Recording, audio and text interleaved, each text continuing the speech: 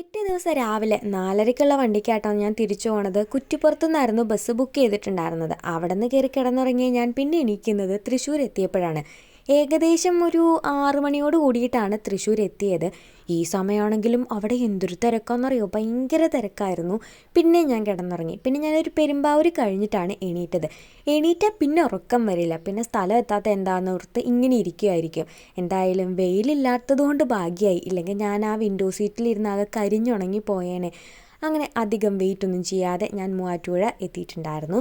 ഹോസ്റ്റലിലെത്തിയ ഉടനെ അമ്മ തന്നുവിട്ട പഴം എടുത്ത് കഴിച്ചു. പിന്നെ അവിടുത്തെ ബ്രേക്ക്ഫാസ്റ്റ് ആയിട്ടുള്ള ഇഡലിയും സാമ്പാറും കഴിച്ചു. ഉച്ചയ്ക്ക് ചോറ്, മോരുകറി, അച്ചാർ, മീൻ വറുത്തത്, ബീട്രൂട്ട് ഉപ്പേരിയും കഴിച്ചു. ക്ലാസ് കഴിഞ്ഞ് വന്ന ഉടനെ ഒരു ലഡു എടുത്ത് കഴിച്ചു.